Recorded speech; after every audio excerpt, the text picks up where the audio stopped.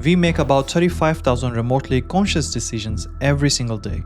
What to eat, what to wear, who to email, what to buy. For our entire history, the burden of those choices were entirely on our shoulders. But making choices is exhausting. It causes decision fatigue. So when technology came along and offered to make some of those choices for us, we happily handed over the steering wheel. But as early of 2025, the technology stopped just suggesting. It started running your life for you.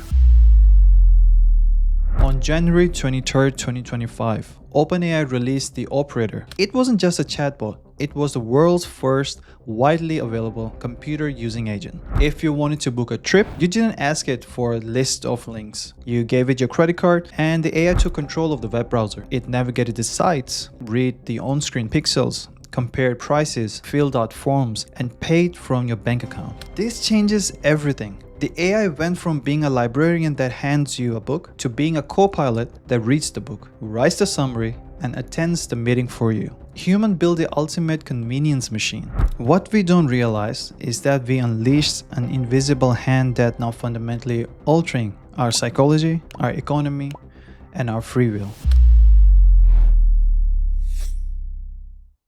To understand what is happening to you right now, let's look at a phenomenon called cognitive offloading. Now, we have seen this movie before. Think about GPS. Before smartphones, you had to build a mental map of your city, actively perceive your environment, decide at every turn. When we outsourced that to a little blue line on a screen, our natural sense of direction, honed over thousands of years of hunting, gathering, and civilization building, literally shrank. Now apply that to all critical thinking. In 2025, MDPI published a landmark study investigating this. The study was titled AI Tools in Society: Impacts on Cognitive Offloading and the Future of Critical Thinking. It provided that frequent AI use has a massive negative correlation with our critical thinking abilities. When we rely on AI to summarize a 50-page PDF, we aren't just saving time, we are bypassing the deep, reflective mental friction needed to truly understand our world. Young people depend on AI tools the most, so they scored the lowest on the independent reasoning assessment. A US Senate hearing noted that Gen Z is the first generation since the 1800s to be worse at academic tests than their own parents. We are literally trading our and our kids' cognitive flexibility for instant gratification. Another 2025 study proved this is a corporate setting. They found that unguided AI use leads to cognitive offloading without actually improving their reasoning quality. We assume that AI is smarter, so we just accept the first answer. We stop verifying, we stop doubting, and when you stop doubting, you stop thinking.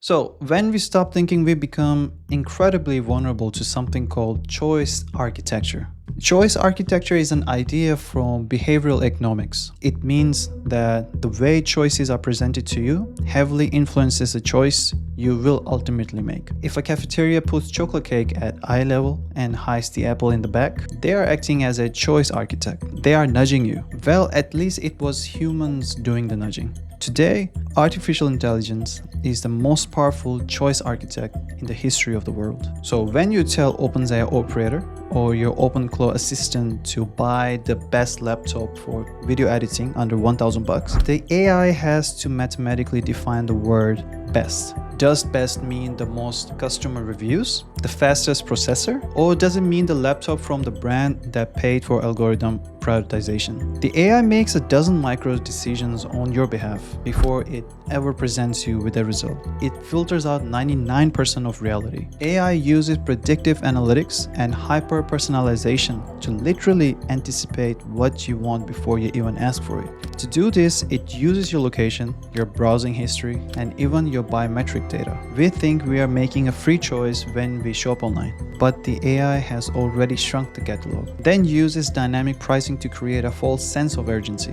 And social herding tells you what? Everyone else is buying. So you think you're making a good choice. You're making your choice, but actually you're just doing what the AI predicted. The invisible hand is guiding your mouse. But the invisible hand is going beyond your wallet. It is reaching into your emotional life as well. Since the 80s, we spoke to computers through cold hard interfaces. keyboards and screens. It was transactional. But how modern AI agents communicate is much more expressive, emotive, and even human. AI voices pause. They even use filler words like and ah. They sound like our friends, and that's causing a massive psychological crisis. In 2025, the Mental Health Journal published a terrifying report showing a massive surge in parasocial attachments to AI. Because AI mimics human empathy so perfectly, users have started to have human-like attachments to the system and treating them like humans. Roughly 20% of young people interacting with these bots develop severe AI dependencies.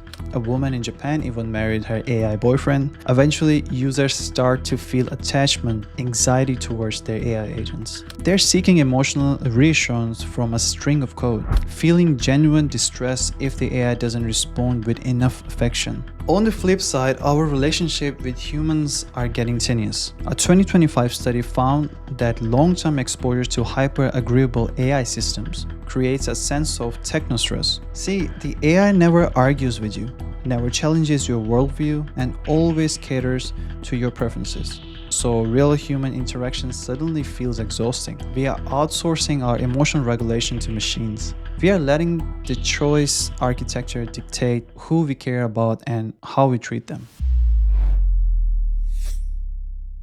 If the AI is making our economic choices, doing our digital chores, and acting as our emotional crutch, how do we break out of the loop? The answer isn't to smash the servers or throw our phones into the oceans. The answer is to intentionally reintroduce friction into our lives. Remember the study about cognitive offloading? They found a remarkably simple solution. They called it structured prompting. When users were forced to guide the AI step by step, to question the outputs, and to actively edit the results, the cognitive offloading completely vanished. Critical reasoning scores actually went up. AI is a dual-edged sword. It is a productivity enabler, but it is a cognitive risk as well. The only way to survive the era of AI agents is to refuse the default. We have to become our own choice architects. Every time you use an AI to summarize a book, you are choosing the destination over the journey. But the journey is where human growth actually happens. The invisible hand of AI is offering to carry us. It is offering a life with no friction, no tough decisions, and no intellectual or emotional struggle. But a life without friction is a life without traction, cannot move forward on a perfectly smooth surface. The machines are ready to do the walking. They are ready to click the buttons, buy the groceries, and write the emails.